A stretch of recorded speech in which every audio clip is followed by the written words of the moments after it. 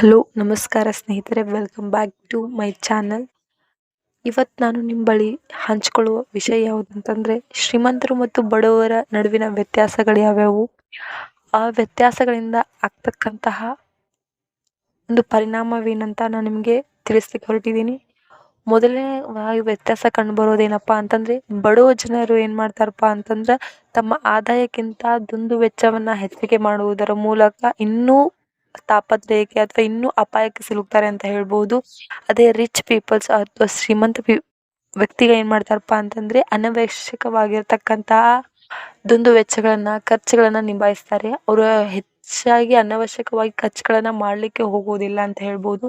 And ಎರಡನೇ point ಏನಪ್ಪ ಅಂತಂದರೆ, ಬಡವ ವ್ಯಕ್ತಿಗಳು ಅಥವಾ ಬಡವ ಜನರು ಏನು ಮಾಡ್ತಾರಪ್ಪ ಅಂದ್ರೆ ತಮ್ಮ ಆದಾಯದಲ್ಲಿ ಉಳಿದಿರುವಂತಹ ಒಂದು ಅಮೌಂಟನ್ನು ಸೇವಿಂಗ್ಸ್ ಕಡೆಗೆ ಅಥವಾ ಸೇವಿಂಗ್ಸ್ ಅಕೌಂಟಲ್ಲಿ ಇಡ್ತಾರೆ ಹೋಗಿ, ಅಥವಾ FD ಆಗಿ ಇಡುವುದರ ಮೂಲಕ ಏನು ಮಾಡ್ತಾರಪ್ಪ ಅಂತಂದ್ರೆ ಲೋ ಬಜೆಟ್ ಅಥವಾ ಲೋ ಪರ್ಸೆಂಟೇಜ್ ಇನ್ಕಮನ್ನು ಗಳಿಸ್ತಾರೆ. ಅದೇ ಶ್ರೀಮಂತ ವ್ಯಕ್ತಿಗಳು ಏನು ಮಾಡ್ತಾರಪ್ಪ ಅಂತಂದ್ರೆ ತಮ್ಮ ಆದಾಯದ ಒಂದಿಷ್ಟು ಭಾಗವನ್ನು ಇನ್ವೆಸ್ಟ್ಮೆಂಟ್ ಕಡೆಗೆ ಹಾಕಿ ಹೊಸ ಹೊಸ ಉದ್ಯೋಗಗಳನ್ನು, ಹೊಸ ಹೊಸ ಕ್ರಿಯಾಶೀಲತೆಯನ್ನು ಹುಟ್ಟಾಕ್ತಾರೆ. ಇದರಿಂದಾಗಿ ಅವ್ರು ಏನು ಮಾಡ್ತಾರಪ್ಪ ಅದು ಒಳ್ಳೆಯ ಅಥವಾ ಹೈ ಪರ್ಸೆಂಟೇಜ್ ಇನ್ಕಮನ್ನು ಗಳಿಸ್ತಾರೆ ಅಂತ ಹೇಳ್ಬೋದು. ಆ್ಯಂಡ್ ಮೂರನೇ ಪಾಯಿಂಟ್ ಏನಪ್ಪ ಅಂತಂದರೆ, ಬಡವ ಜನರು ಯಾವಾಗಲೂ ಆದಾಯಕ್ಕಿಂತ ಹೆಚ್ಚಾಗಿ ಖರ್ಚನ್ನು ಬಗ್ಗೆ ಯೋಚನೆ ಮಾಡಿರ್ತಾರೆ. ಅಂದರೆ 1,000 ಆದಾಯ ಇದ್ದರೆ 1,200 ರೂಪಾಯಿ ಅಂದರೆ ಇನ್ನೂ ಎಕ್ಸ್ಟ್ರಾ 200 ರೂಪಾಯಿ ಖರ್ಚಾಗಿರುತ್ತದೆ.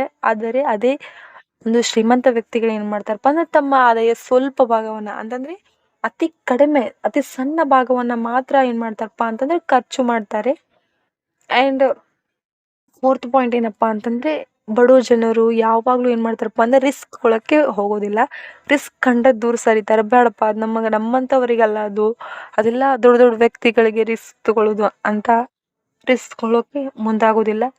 ಆದರೆ ಶ್ರೀಮಂತ ವ್ಯಕ್ತಿಗಳು ಏನು ಮಾಡ್ತಾರಪ್ಪ ಅಂತಂದ್ರೆ ಅವರು ಯಾವಾಗಲೂ ರಿಸ್ಕ್ ತಗೊಳಕ್ಕೆ ಮುಂದಾಗಿರ್ತಾರೆ ಅಥವಾ ರಿಸ್ಕ್ ತೊಗೊಳಕ್ಕೆ ಹುಟ್ಟಿರ್ತಾರೆ ಅಂತ ಹೇಳ್ಬೋದು. ಯಾಕಂದರೆ when you are taking to risk always you rich ಆಗಲಿಕ್ಕೆ ಅದೊಂದು ದಾರಿ ಅಂತ ಹೇಳ್ಬೋದು. ಆ್ಯಂಡ್ 5ನೇ ಪಾಯಿಂಟ್ ಏನಪ್ಪ ಅಂತಂದರೆ, ಪುವರ್ ಪೀಪಲ್ಸ್ ಏನು ಬಡವ ವ್ಯಕ್ತಿಗಳಿರ್ತಾರೆ ಅವ್ರ ಮೈಂಡ್ಸೆಟ್ ಇನ್ ಲೇಜಿನೆಸ್.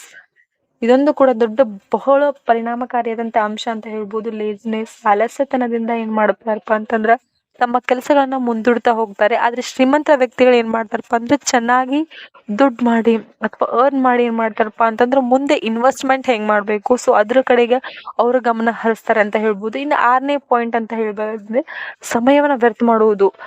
ಬಡ ಜನ ಏನು ಮಾಡ್ತಾರಪ್ಪ ಅಂತಂದ್ರೆ ತಮ್ಮ ಸಮಯದ ಬಹುಪಾಲನೆಯನ್ನು ಮನರಂಜನೆಗಾಗಿ ಇಡ್ತಾರೆ ಅಂತ ಹೇಳ್ಬೋದು. ಇದರಿಂದ ಅವರು ಸಮಯವನ್ನು ವ್ಯರ್ಥ ಮಾಡ್ತಾರೆ ಅಂತ ಹೇಳ್ಬೋದು. ಆದರೆ ಶ್ರೀಮಂತ ವ್ಯಕ್ತಿಗಳು ತಮ್ಮ ದಿನದ 24 ಗಂಟೆಯಲ್ಲಿ ಒಂದೊಂದು ನಿಮಿಷ ಕೂಡ ಅಥವಾ ಒಂದು ಸೆಕೆಂಡ್ ಕೂಡ ಏನು ಸದುಪಯೋಗ ಪಡಿಸಿಕೊಂಡು ಏನು ಮಾಡ್ತಾರೆ, ಅದರಿಂದ ಹೊಸ ಹೊಸ ಕಲಿಕೆಗಳನ್ನು ಕಲಿತು ಅದನ್ನು ಇನ್ವೆಸ್ಟ್ಮೆಂಟ್ ಆಗಿ ಅಥವಾ ಅದನ್ನು ಒಂದು ಕಲಿಕೆಯನ್ನು ಏನು ಮಾಡ್ತಾರಪ್ಪ ಅಂತಂದು ದುಡ್ಡಾಗಿ ಪರಿವರ್ತನೆ ಮಾಡ್ತಾರೆ ಅಂತ ಹೇಳ್ಬೋದು. ಆ್ಯಂಡ್ 7th ಪಾಯಿಂಟ್ ಅಥವಾ 7ನೇ ಒಂದು ಅಂಶ ಏನಪ್ಪ ಅಂತಂದರೆ, ಬಡ ಜನರಿಗೆ ಏನಾಗಲ್ಲ ಪೂರ್ವ ನಿಯೋಜನೆ ಇರಲ್ಲ ಅಥವಾ ಒಂದು ಯೋಜನೆಯನ್ನು ರೂಪಿಸಿಕೊಳ್ಳುವುದಿಲ್ಲ. ಅದೇ ಅವರ ಬ್ಯಾಕ್ ಬೋನ್ ಆಗುತ್ತೆ ಅಂತ ಹೇಳ್ಬೋದು, ಅಥವಾ ಅದೇ ಅವರ ತಪ್ಪು ಕಲ್ಪನೆಗಳಾಗುತ್ತೆ ಅಂತ ಹೇಳ್ಬೋದು. ಆ್ಯಂಡ್ ಅದೇ ರಿಚ್ ಪೀಪಲ್ ಅಥವಾ ಏನು ಶ್ರೀಮಂತ ವ್ಯಕ್ತಿಗಂತಾರೆ ಅವರು ಪೂರ್ವ ನಿಯೋಜನೆ ಹೊಂದು ಅಥವಾ ಯಾವ ಒಂದು ವರ್ಷದಲ್ಲಿ ನಾನು ಏನಾಗಬೇಕು, ಎಷ್ಟು ಡೆವಲಪ್ಮೆಂಟ್ ಆಗಬೇಕು, ನನ್ನ ಗ್ರೋತ್ ರೇಟ್ ಹೆಂಗಿರಬೇಕು, ನನ್ನ ಮನಿ ಇನ್ವೆಸ್ಟ್ಮೆಂಟ್ ಯಾವ ಕಡೆ ಮಾಡಿದರೆ ನನಗೆ ಹೈ ಪರ್ಸೆಂಟೇಜ್ ಸಿಗುತ್ತೆ ಅನ್ನೋದು ಎಲ್ಲವನ್ನು ಪೂರ್ವ ನಿಯೋಜನೆಯನ್ನು ಮಾಡ್ತಾರೆ ಅಂತ ಹೇಳ್ಬೋದು. ಇನ್ನು 8ನೇ ಪಾಯಿಂಟ್ ಏನಪ್ಪ ಅಂತಂದರೆ, ಬಡ ಜನರು ಏನು ಮಾಡ್ತಾರಪ್ಪ ಅಂದರೆ ತಮ್ಮ ಕೆಲಸಗಳನ್ನು ಆದಷ್ಟು ಪೋಸ್ಟ್ಪೋನ್ ಮಾಡ್ಲಿಕ್ಕೆ ಹೋಗ್ತಾರೆ. ಆದಷ್ಟು ಕೆಲಸಗಳನ್ನ ಮುಂದೂಡಿ ಆರಾಮಾಗಿರಬೇಕು ಅಂತ ಬಯಸ್ತಾರೆ. ಆದರೆ ಶ್ರೀಮಂತ ವ್ಯಕ್ತಿಗಳು ಏನು ಮಾಡ್ತಾರಪ್ಪ ಅಂತಂದರೆ ಕೆಲಸವನ್ನು ಮುಂದೂಡುವುದಿಲ್ಲ. ಎಟ್ ಎ ಟೈಮ್ ಏನಾಗಬೇಕು ಆ ಕೆಲಸವನ್ನು ಮಾಡ್ತಾರೆ. ಅದರಿಂದ ಅವರು ಶ್ರೀಮಂತರಾಗಿ ಹೋಗ್ತಾ ಇದ್ದಾರೆ. ಇನ್ನೂ ಬಡವರು ಆಗ್ತಾ ಇದ್ದಾರೆ. ಬಿಲೋ BPL ಅಂತ ಏನಂತ ಕರಿತೀವಿ, ಬಿಲೋ ಪವರ್ಟಿ ಲೈನ್ ಅಂತ. ಸೊ ಲೈಕ್ ಬಡವರು ರೇಷನ್ ಅಕ್ಕಿ ತಿಂದ್ಕೊಂಡೇ ಇರೋದಾ ಅಥವಾ ಶ್ರೀಮಂತರಾಗೋಕ್ಕೆ ಏನಾದರೂ ಒಂದಿಷ್ಟು ಪ್ರಯತ್ನಗಳನ್ನು ಪಡೋದಾ, ನಮ್ಮ ಮೇಲಿರ್ತಕ್ಕಂಥ ಸಾಲದ ಭಾರವನ್ನು ಅಥವಾ ಹೊರೆಯನ್ನು ಕಡಿಮೆ ಮಾಡ್ಕೊಳ್ಳೋದಾ, ಇದು ನಮ್ಮ ಮೇಲೆ ಡಿಪೆಂಡ್ ಆಗಿರುತ್ತೆ. ಆ್ಯಂಡ್ ವೆನ್ ನಾವು ರಿಸ್ಕ್ ತೊಗೊಳಕ್ಕೆ ರೆಡಿ ಇದ್ದಾಗ ಅಥವಾ ಫಸ್ಟ್ ಆಫ್ ಆಲ್ ನಮ್ಮ ಮೇಲಿರ್ತಕ್ಕಂಥ ರೆಸ್ಪಾನ್ಸಿಬಿಲಿಟಿನ ಕಡಿಮೆ ಮಾಡ್ತಾ ಹೋಗಬೇಕು. ಸಾಲವನ್ನು ಆದಷ್ಟು ತೀರಿಸ್ತಾ ಆ್ಯಂಡ್ ಆದಾಯವನ್ನು ಹೆಚ್ಚಿಗೆ ಮಾಡ್ಕೋಬೇಕು. ಕಲಿಕೆಗೆ ಮಹತ್ವ ಕೊಡಬೇಕು. ಇದರಿಂದ ನಾವು ಒಂದು ಹೆಜ್ಜೆ ದಾಪುಗಾಲಿಡ್ಲಿಕ್ಕೆ ನಮಗೆ ಸಹಾಯ ಆಗ್ತಿದೆ ಅಂತ ಹೇಳ್ಬೋದು. ಇಷ್ಟು ಸಮಯದ ತನಕ ನನ್ನ ಒಂದು ವಿಡಿಯೋ ನೋಡಿದ್ದಕ್ಕಾಗಿ ತಮ್ಮೆಲ್ಲರಿಗೂ ಧನ್ಯವಾದಗಳು.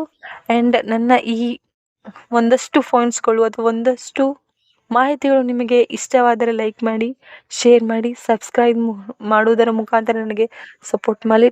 Thank you so much.